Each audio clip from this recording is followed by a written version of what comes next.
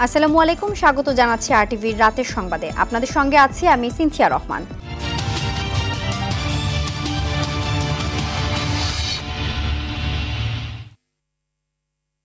শুরুতেই উপজেলা নির্বাচনের খবর। ষষ্ঠ উপজেলা পরিষদের প্রথম ধাপের নির্বাচনে কক্সবাজারের কুতুবদিয়ায় চেয়ারম্যান পদে জেলা আওয়ামী লীগের সভাপতি অ্যাডভোকেট ফরিদুল ইসলাম চৌধুরী হারলেও তার ভাতিজা হানিফ বিন কাশেম ও কক্সবাজার সদরে সাবেক পৌর চেয়ারম্যান বীর মুক্তিযোদ্ধা নুরুল আফসার বেসরকারিভাবে নির্বাচিত হয়েছেন। দিনাজপুরের হাকিমপুরে কামাল হোসেন রাজ, নারায়ণগঞ্জের বন্দরে মাকসুদ হোসেন, গাজীপুরের কাপাসিয়ার আমান হোসেন খান, সুনামগঞ্জের সাল্লায় প্রদীপ রায়, হবিগঞ্জের বানিয়াচংয়ে ইকবাল হোসেন খান, মেহেরপুর সদরে আনারুল ইসলাম, ঝিনাইদহের কালীগঞ্জে শিবলি নোমানি, চট্টগ্রামের সন্দ্বীপে SM আনোয়ার হোসেন, চুয়াডাঙ্গার জীবননগরে হাফিজুর রহমান বিজয়ী হয়েছেন।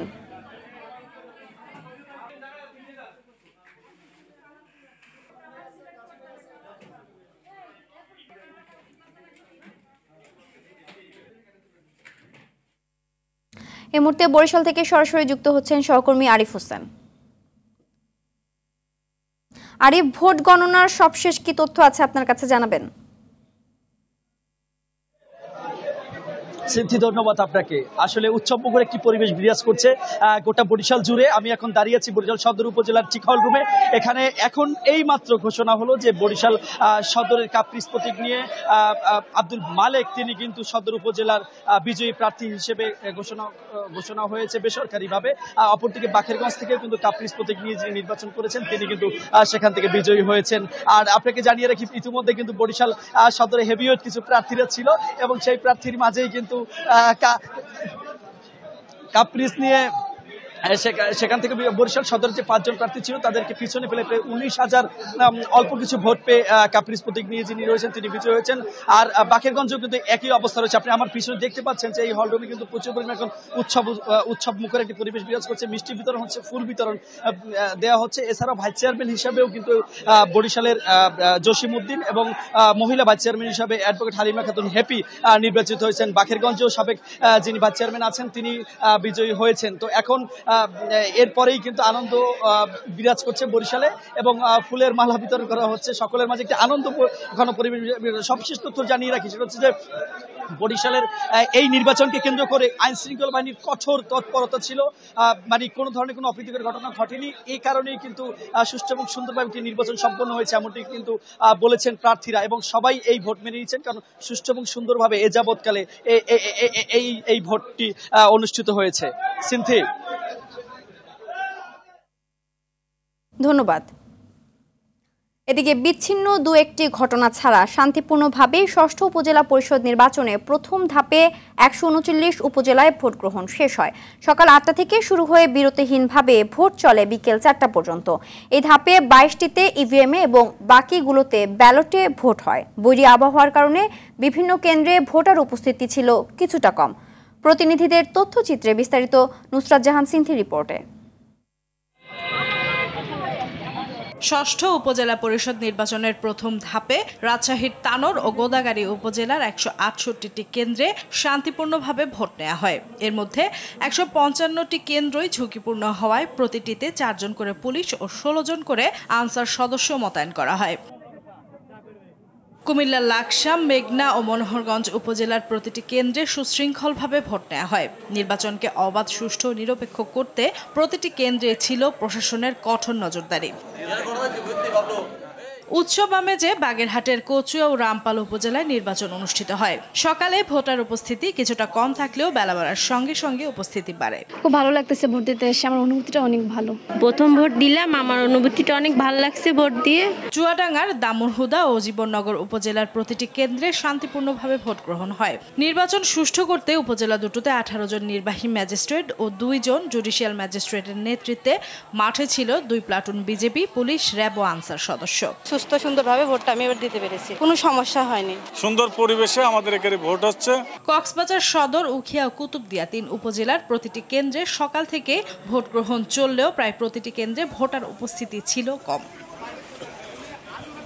ঢাকার দোহার ও নবাবগঞ্জ উপজেলায় সীমিত ভোটার উপস্থিতির মধ্যেই ভোট গ্রহণ শেষ হয়।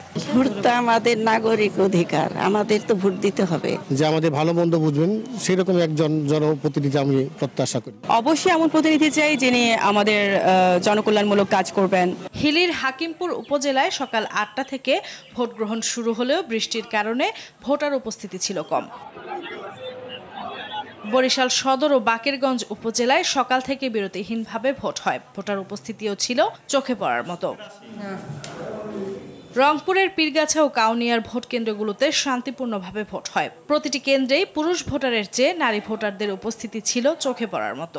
শান্তিভাবে ভোট দিচ্ছি, কোনো ঝামেলা নেই। যেভাবে নিরপেক্ষভাবে ভোট হচ্ছে, খুব শান্তশিষ্টভাবে যেন আমরা রেজাল্ট পাই। কঠোর নিরাপত্তার মধ্য দিয়ে কুষ্টিয়া সদর ও খোকসা উপজেলার কেন্দ্রগুলোতে ভোট নেওয়া হয়। শুরুতে ভোটার উপস্থিতি কিছুটা কম থাকলেও বেলা বাড়ার সঙ্গে সঙ্গে উপস্থিতি বাড়ে। মধ্যে ঠিক মতনের মধ্যে যাতে নষ্ট না হয়। ভোটটা খুব সুস্থভাবে হচ্ছে। মুন্সিগঞ্জে 2টি উপজেলায় নির্বাচন হওয়ার কথা থাকলেও সদর উপজেলায় বিনা প্রতিদ্বন্দ্বিতায় 3টি পদের সবাই নির্বাচিত হওয়ায় ভোট হয় শুধু গজারিয়ায়। গাইবান্ধার ফুলছড়ি ও সাঘাটায় ভোটার উপস্থিতি ছিল খুবই কম। 1 ঘন্টায় 3 কেন্দ্রে ভোট পড়ে মাত্র 67টি। জয়পুরহাটের 3 উপজেলায় বৃষ্টির মধ্যে ভোট গ্রহণ শুরু হয়। বেলা বাড়ার সঙ্গে সঙ্গে বাড়ে ভোটার উপস্থিতি। রাঙামাটি সদর, কাউখালী, বরফকোল ও জুরিয়াছড়ি উপজেলায় হেলিসোর্টি কেন্দ্রগুলো সহ মোট 52টি কেন্দ্রে শান্তিপূর্ণভাবে ভোট গ্রহণ হয়েছে। সকালে বৃষ্টির কারণে ভোটার কম থাকলেও বৃষ্টি কমার পর উপস্থিতি বাড়ে। এছাড়াও ময়মনসিংহ, নারায়ণগঞ্জ, যশোর, ফরিদপুর, কুড়িগ্রাম, ঝিনাইদহ, সাতক্ষীরা, নওগাঁ, মেহেরপুর, নীলফামারী, সিরাজগঞ্জ, নাটোর, ব্রাহ্মণবাড়িয়া, টাঙ্গাইল সহ বিভিন্ন জেলায় শান্তিপূর্ণ উৎসবমুখর পরিবেশে ভোট গ্রহণ হয়। নুসরাত জাহান সিনথি, RTV। মুন্সিগঞ্জে গজারিয়ায় 2 প্রার্থীর সমর্থকদের মধ্যে গোলাগুলিতে 5 জন আহত হয়েছে। মাদারীপুর সদরে 2 প্রার্থীর সমর্থকদের মধ্যে সংঘর্ষে 10 জন আহত হয়েছে। নরসিংদী সদরের একটি কেন্দ্রে 2 গ্রুপের সংঘর্ষে আহত হয়েছে 10 জন। সিরাজগঞ্জের বেলকুচিতে টাকা দিয়ে ভোট কেনার সময় এক ইউপিএ চেয়ারম্যানকে আটক করেছে ডিবি পুলিশ। সুনামগঞ্জের শাল্লায় 2 চেয়ারম্যান প্রার্থীর সমর্থকদের মধ্যে সংঘর্ষে 10 জন আহত হয়েছে। লক্ষ্মীপুরের রামগতির একটি কেন্দ্রে 2 চেয়ারম্যান প্রার্থীর সমর্থকদের মধ্যে সংঘর্ষে 8 জন আহত হয়েছে।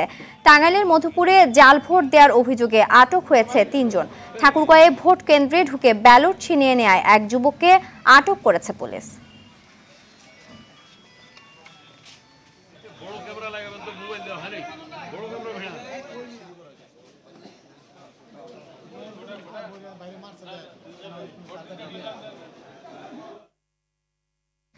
বিক্ষিপ্ত 2-1টি ঘটনা ছাড়া উপজেলা নির্বাচন অবাধ ও সুষ্ঠু হয়েছে বলে জানিয়েছেন প্রধান নির্বাচন কমিশনার কাজী হাবিবুল আওয়াল। রাজধানীর আগারগাঁওয়ে নির্বাচন কমিশন ভবনে ব্রিফিংয়ে সিইসি বলেন, ভোট পড়েছে 30 থেকে 40%। অনিয়মের অভিযোগে 2টি কেন্দ্রে ভোট স্থগিত করা হয়েছে। আবহাওয়া পরিস্থিতি অনুকূলে না থাকায় ভোটার উপস্থিতি কিছুটা কম হয়েছে বলে দাবি সিইসির। জায়গা থেকে পেয়েছি সেই অনুযায়ী নির্বাচন ভোটের পার্সেন্টেজটা খুব ঠিক করে এই মুহূর্তে, তবে আমরা যেটা পাচ্ছি নির্বাচন অবাধ, নিরপেক্ষ এবং শান্তিপূর্ণ হয়েছে। কিছু কিছু বিক্ষিপ্ত ঘটনা ঘটেছে, কয়েকটি কেন্দ্রে সীমিত পর্যায়ে কিছু অনিয়ম হয়েছে। ভোটের পার্সেন্টেজটা 40%, 30% এর মাঝামাঝি টোটালটা থাকতে পারে। সকাল থেকে বিভিন্ন জায়গায় বৃষ্টি ছিল, আবার ধান কাটার একটা মৌসুম ছিল। আমরা জানার চেষ্টা করেছি, আমাদেরকে বলা হয়েছে অনেকেই ধান কাটতে থাকায় ওরা ভোট দিতে আসেননি। প্রথম ধাপে উপজেলা পরিষদ নির্বাচন শান্তিপূর্ণ হয়েছে বলে মন্তব্য করেছেন আওয়ামী লীগ সাধারণ সম্পাদক ওবায়দুল কাদের। বিকেলে ধানমন্ডিতে আওয়ামী লীগ সভাপতির রাজনৈতিক কার্যালয়ে আয়োজিত অনুষ্ঠানে এ কথা জানান তিনি। এ সময় নির্বাচন নিয়ে বিএনপির বক্তব্যকে পাগলের প্রলাপ আখ্যা দেন ওবায়দুল কাদের।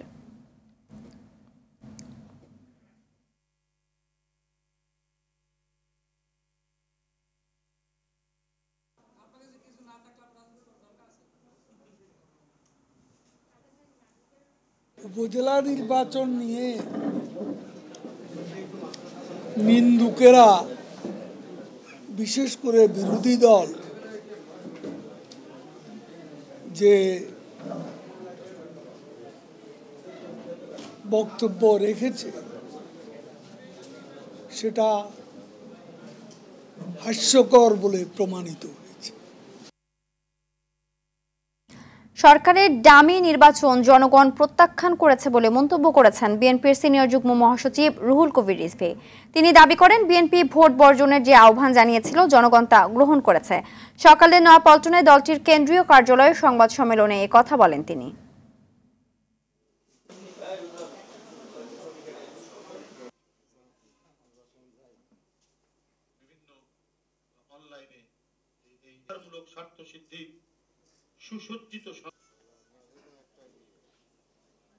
আওয়ামী সরকার মন্ত্রী, এমপি ও নেতাদের স্বজন ছাড়া অন্য কেউ নির্বাচিত হতে পারে না।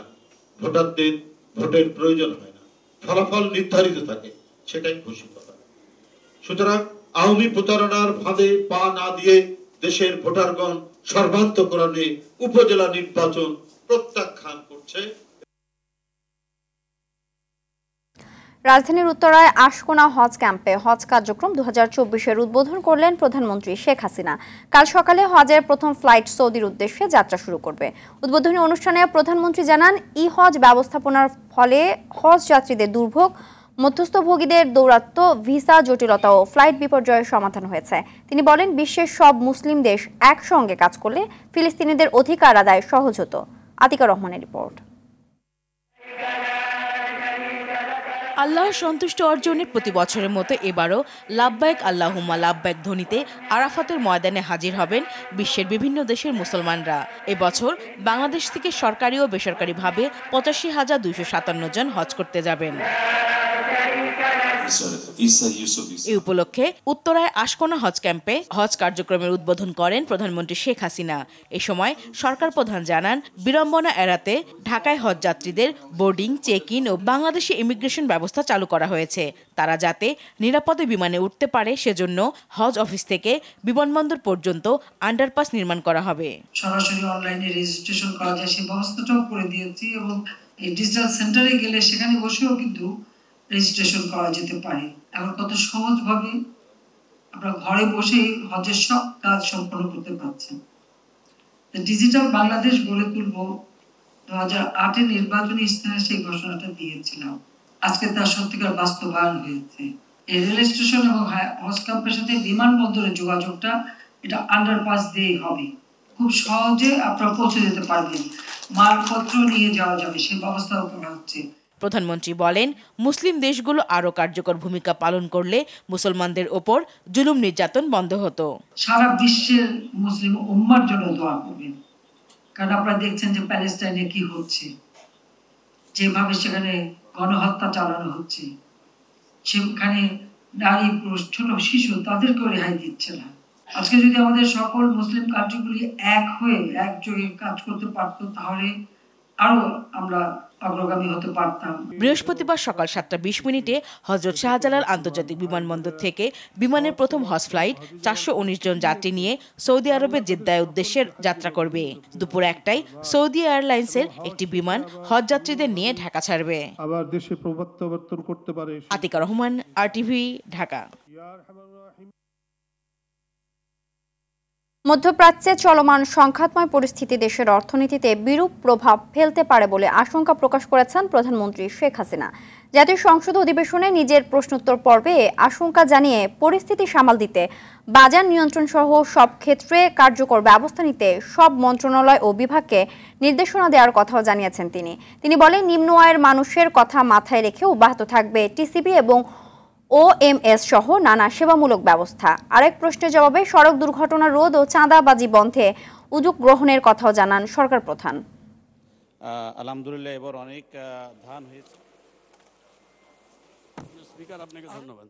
আমাদের 107 মধ্যপ্রাচ্যে চলমান সংকট আরও ঘনীভূত দীর্ঘায়িত হলে তা বাংলাদেশের উপর অর্থনৈতিক প্রভাব ফেলতে পারে বিধায় সরকার এ বিষয়ে প্রয়োজনীয় ব্যবস্থা গ্রহণ করবে। খাদ্যশস্যের বাজার মূল্য সহনীয় পর্যায়ে স্থিতিশীলকরণ এবং নিম্ন আয়ের মানুষের জীবনযাত্রাকে স্বাভাবিক ও সচল রাখতে খোলা বাজারে ওএমএস-এর মাধ্যমে খাদ্যশস্য বিক্রয় কার্যক্রমে সারা দেশে সর্বমোট 871টি কেন্দ্রে খাদ্যশস্য বিক্রয় করা হচ্ছে। দেশের সড়ক মহাসড়কে ঈদে ঘরমুখ ও কর্মস্থলমুখ যাত্রীদের যাতায়াত নিরাপদ ও নির্বিঘ্ন করতে সড়ক ও মহাসড়কগুলোতে ফিটনেসবিহীন যানজট চলাচল কঠোরভাবে নিয়ন্ত্রণ করা হয়েছে। আর্থিক খাতে বাংলাদেশ কাঠামোগত উন্নয়ন করায় সন্তুষ্ট আন্তর্জাতিক মুদ্রা তহবিল IMF। আর এ কারণেই প্রতিশ্রুত ঋণের তৃতীয় কিস্তির 115 কোটি মার্কিন ডলার পেতে বাংলাদেশের কোনো বাধা নেই বলে জানিয়েছেন সংস্থাটির একজন কর্মকর্তা। সংবাদ সম্মেলনে এসব কথা জানিয়েছেন IMF এর গবেষণা শাখার উন্নয়ন সামষ্টিক অর্থনীতি বিভাগের প্রধান এবং বাংলাদেশ সফরে আসা 10 সদস্যের নেতা ক্রিস পাপাজর্জিও। তৃতীয় কিস্তির ছাড়ের আগে ঋণের শর্ত পূরণের অগ্রগতি পর্যালোচনা করতে গত 24 এপ্রিল বাংলাদেশে আসে IMF এর প্রতিনিধি দলটি। তারা বাংলাদেশ ব্যাংক, অর্থ মন্ত্রণালয়, জাতীয় রাজস্ব বোর্ড সহ বিভিন্ন মন্ত্রণালয় ও সংস্থার সাথে বৈঠক করছে। এদিন অর্থ প্রতিমন্ত্রী মন্ত্রণালয়ের সাথে সমাপনী বৈঠক অনুষ্ঠিত হয়। এরপর সংবাদ সম্মেলন করে সংস্থাটির মিশন প্রধান। 9.4% of GDP year on year in FY24. But is anticipated to decline to around 7 to 7.2% in FY25, again on the back of continued tighter policy mix and lower global food and commodity prices. Singapore ও Qatar থেকে 3 cargo তরলীকৃত প্রাকৃতিক gas LNG কেনার অনুমোদন দিয়েছে সরকার। এতে মোট খরচ হবে 1350 কোটি 24,29,740 টাকা। এর মধ্যে সিঙ্গাপুরের গানভর প্রাইভেট লিমিটেড থেকে 2 কার্গো এবং কাতারের কাতার এনার্জি ট্রেডিং LLC থেকে 1 কার্গো LNG কেনা হবে। দুপুরে সচিবালয়ে মন্ত্রী পরিষদ বিভাগের সম্মেলন কক্ষে আইনমন্ত্রী আনিসুল হকের সভাপতিত্বে অনুষ্ঠিত সরকারি ক্রয় সংক্রান্ত মন্ত্রিসভা কমিটির বৈঠকে এ সংক্রান্ত প্রস্তাবের অনুমোদন দেওয়া হয়েছে। বৈঠক শেষে মন্ত্রী পরিষদ বিভাগের সমন্বয় ও সংস্কার সচিব মোহাম্মদ মাহমুদুল হোসাইন খান জানান, সরকারি ক্রয় সংক্রান্ত মন্ত্রিসভা কমিটির সভায় 12টি প্রস্তাব পাশ হয়। ক্রয় প্রস্তাব মোট ক্রয় মূল্য 452 কোটি 41,90,070 টাকা।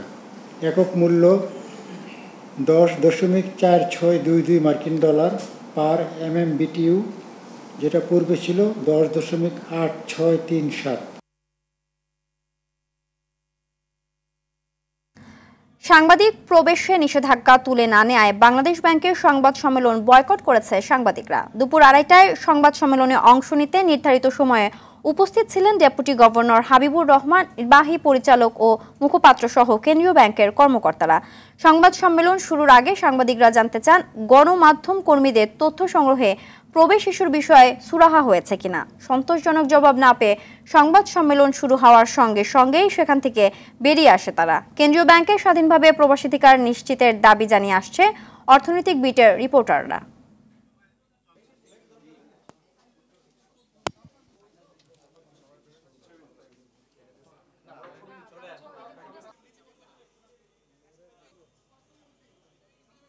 থেকে গত 53 বছর আমরা সাংবাদিকরা যেভাবে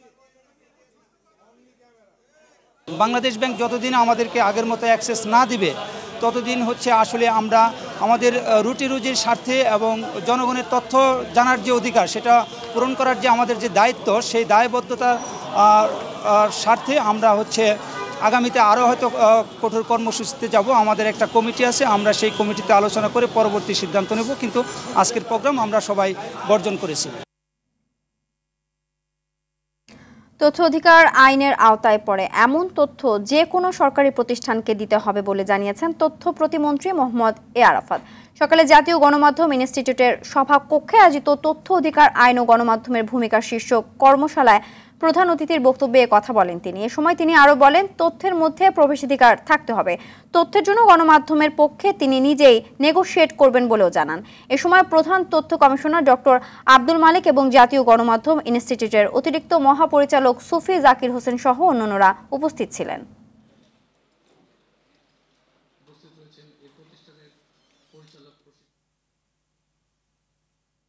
তথ্য দেওয়ার ব্যাপারে যাদের বাধ্যবাধকতা আছে তাদের প্রতি আমাদের আহ্বান থাকবে এবং তাদের সাথে আমরা কমিউনিকেট করব বিভিন্ন পর্যায়ে, যেন তথ্য চাওয়া হলে সেটা দেয়া হয়। আমি ব্যক্তিগতভাবে বিশ্বাস করি, আমি যে পদে বসে আছি বা বিভিন্ন পর্যায়ে আমরা সরকারের জায়গায় বা প্রশাসনের জায়গায় সেই পদের সাথে সংশ্লিষ্ট যত তথ্য সেটা জনগণের প্রপার্টি, এটা আমার প্রপার্টি না। তাপদাহকে পুঁজি করে রমরমা হয়ে উঠেছে নকল স্যালাইনের ব্যবসা। গেল এক সপ্তাহে অভিযান চালিয়ে এমন একাধিক কারখানার সন্ধান পেয়েছে ডিবি। গ্রেফতারও করা হয়েছে কয়েকজনকে। সংস্থাটি বলছে পানির সাথে চিনি মিশিয়ে স্যালাইন বানিয়ে নামি দামি ব্র্যান্ডের মোড়কে বিক্রি করত তারা। একই কারখানায় নকল কেমিক্যাল দিয়ে তৈরি করা হতো শিশু খাদ্য। বিস্তারিত সুমন তানভীরের প্রতিবেদনে। বাজারজাত করার জন্য সম্পূর্ণ প্রস্তুত, দেখে বোঝার উপায় নেই এসব নকল স্যালাইন। রাজধানী পুরান ঢাকায় গেল কয়েকদিনে এমন বেশ কয়েকটি কারখানার সন্ধান পেয়েছে ডিবি। সংস্থাটি বলছে মূলত নামি দামি ব্র্যান্ডের নকল শিশু খাদ্য তৈরি করত তারা। তাপদাহের সুযোগকে কাজে লাগিয়ে স্যালাইন ব্যবসায় জোর দেয় চক্রটি। অস্বাস্থ্যকর পরিবেশে শুধু পানি আর চিনি দিয়েই তৈরি করত এসব স্যালাইন। এক্সপায়ার ডেট বিএসটিআর অনুমোদন ছাড়া আরেকটা গ্রুপ লবণ আর চিনি দিয়ে স্যালাইন বানাচ্ছে। এসএমসি এবং এসএনসি দুইটা ডিফারেন্স দিয়ে তারা এই নকল এসএনসি স্যালাইন বানাচ্ছে। সেটা মানে কোটি কোটি মানে আমার মনে হয় স্যালাইন ঢাকা শহর সব বিভিন্ন জায়গাগুলোতে বিক্রি হয়েছে। তারা আমাদের কাছে স্বীকার করেছে সেটা মানে চিনি এবং লবণ দিয়ে প্যাকেট করে তারা বিক্রি করেছে। ডিবির অভিযানে বেশ কয়েকটি নকল শিশু খাদ্য তৈরির কারখানারও সন্ধান মেলে, যেখানে মারাত্মক ঝুঁকিপূর্ণ পরিবেশে ভেজাল রাসায়নিক মিশিয়ে তৈরি হচ্ছে শিশু খাদ্য। নামি দামি ব্র্যান্ডের মোড়কে সেগুলো বাজারজাত করে অসাধু চক্র। শিশু খাদ্য ভেজাল কোমল পানীয় দ্রব্য ডিঙ্গলি উৎপাদন করে এবং এটার মূল হলো আনোয়ার হোসেন। তিনি শিশু খাদ্য কারখানার মালিক। পূর্বে পেশা ছিল ইলেকট্রিক ব্যবসা, এখন সে এই ব্যবসাটা করে, কিন্তু তার কোনো বিএসটিআর অনুমোদন নাই, কোনো এক্সপায়ার ডেট তো নাই। এদিকে চার্জারের কথা বলে চট্টগ্রাম পোর্ট থেকে খালাস করা 100-র বেশি চোরাই ল্যাপটপ জব্দ করেছে ডিবি। তারা বলছে কাস্টমস কর্মকর্তাদের যোগসাজশে এসব অবৈধ ল্যাপটপ বাংলাদেশে ঢুকছে। এই মালটা তো অবশ্যই কাস্টমস হাউস দিয়ে এসেছে। সেখানে যদি কোনো কর্তৃপক্ষের যদি নেগলেন্সি থাকে, আমরা তদন্ত করে যথাযথ কর্তৃপক্ষের মাধ্যমে তাদেরকে জানিয়ে দেব। Suman Tanvir, RTV, Dhaka. Bancassurance চুক্তি স্বাক্ষর করেছে পপুলার লাইফ ইন্স্যুরেন্স ও এক্সিম ব্যাংক লিমিটেড। বুধবার রাজধানীতে এক অনুষ্ঠানে পপুলার লাইফ ইন্স্যুরেন্সের ব্যবস্থাপনা পরিচালক, বাংলাদেশ ইন্স্যুরেন্স ফোরামের প্রেসিডেন্ট BM ইউসুফ আলী এবং এক্সিম ব্যাংকের ব্যবস্থাপনা পরিচালক ফিরোজ হোসেন নিজ নিজ প্রতিষ্ঠানের পক্ষে চুক্তিতে স্বাক্ষর করেন। এই চুক্তির ফলে এক্সিম ব্যাংকের গ্রাহকরা পপুলার লাইফের বীমা পলিসি সহজে কিনতে পারবেন। অনুষ্ঠানে এক্সিম ব্যাংকের অতিরিক্ত ব্যবস্থাপনা পরিচালক মোহাম্মদ হুমায়ুন কবির, শাহ মোহাম্মদ আব্দুল বারী, উপব্যবস্থাপনা পরিচালক মোহাম্মদ জসিমউদ্দিন ভুইয়া, মাকসুদা খানম সহ অন্যান্যরা উপস্থিত ছিলেন।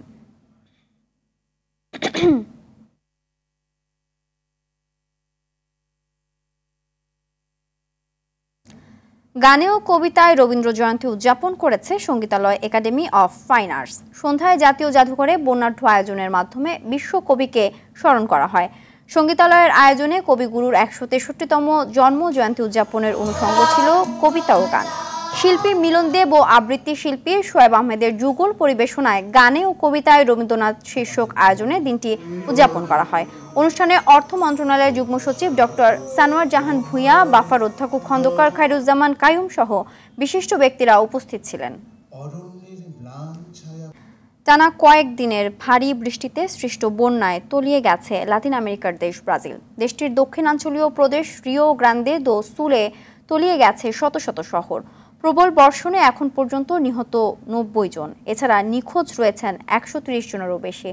বাস্তুচ্যুত প্রায় 1.5 লাখ মানুষ। বন্যায় তলিয়ে যাওয়া কিছু শহর অন্যান্য অঞ্চল থেকে এখনও বিচ্ছিন্ন। নিখোঁজদের খুঁজে পাওয়ার আশা ধীরে ধীরে কমছে, তাই নিহতের সংখ্যা বাড়ার আশঙ্কা করা হচ্ছে।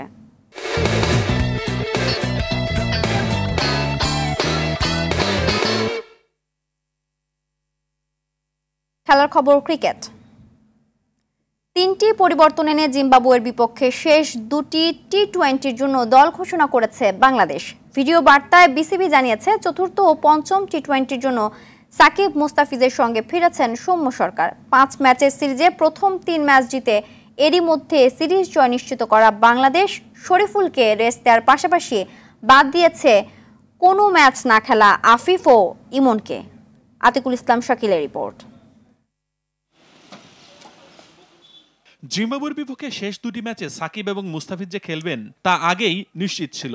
অপেক্ষা ছিল শুধু আনুষ্ঠানিক ঘোষণার। বুধবার সে ঘোষণাটি এলো বিসিবির পক্ষ থেকে। সে ঘোষণায় তাদের দুইজনের সঙ্গে সৌম্যর দলে ফেরায়ও নেই কোনো চমক। কোচের পছন্দের ছাত্রের জন্য অপেক্ষা ছিল কেবল ফিট হওয়ারই। যথারীতি এই বাঁহাতি মার্কুটে ওপেনারও ফেললেন দলে। সৌম্য সরকার যেহেতু ইনজুরির মধ্যে ছিল, ও খেলার জন্য এখন ফিট হয়েছে, তো আমরা আসলে ডেফিনেটলি চাই যে ওকে একটু ম্যাচ সিচুয়েশনে দেখতে যে ও কি অবস্থাতে আছে। তবে এই তিনজনকে জায়গা ছেড়ে দিতে কারা বাদ পড়বেন সেখানেই ছিল সবার আগ্রহ। সামনেই টি-20 বিশ্বকাপের মতো বড় টুর্নামেন্ট। যুক্তরাষ্ট্র ও ক্যারিবিয়ান অঞ্চলে আয়োজিত সেই বিশ্বকাপ উপলক্ষে আগেভাগে দেশ ছাড়বে জাতীয় দল। তাই লম্বা সফরের আগে মানসিকভাবে চাঙ্গা রাখতে শরীফুলকে দেয়া হয়েছে বিশ্রাম। শরীফুল অনেকদিন ধরে ক্রিকেটের মধ্যে রয়েছে, ক্রিকেট খেলছে, ম্যাচ খেলছে, হাই ইন্টেন্ট ম্যাচ খেলেছে, প্রিমিয়ার লিগ খেলেছে, তো ওকে একটা ব্রেক দেওয়া হচ্ছে যাতে ফ্যামিলিকে একটু টাইম দিতে পারে, ও একটু রেস্ট পায়, শরীরটা আবার রিচার্জ করে ফিরতে পারে। অপরদিকে প্রথম 3 ম্যাচে মাঠেই নামার সুযোগ হয়নি ইমন ও আফিফের। নিয়মিত ব্যাটিং দন্যতায় ভোগা লিটন টিকে গেলেও সৌম্য সাকিবকে জায়গা ছেড়ে দিতে বাদ পড়তে হয়েছে সেই দুজনকে।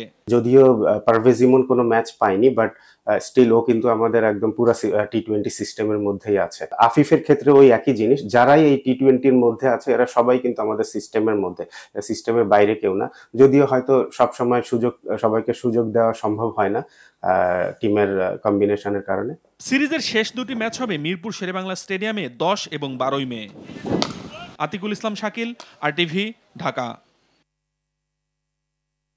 টি-20 সিরিজে হোয়াইট ওয়াশ এড়ানোর লক্ষ্য নিয়ে আগামীকাল ভারত নারী দলের মুখোমুখি হবে বাংলাদেশ। সিলেট আন্তর্জাতিক স্টেডিয়ামে ম্যাচটি শুরু হবে কাল বিকেল 4টায়।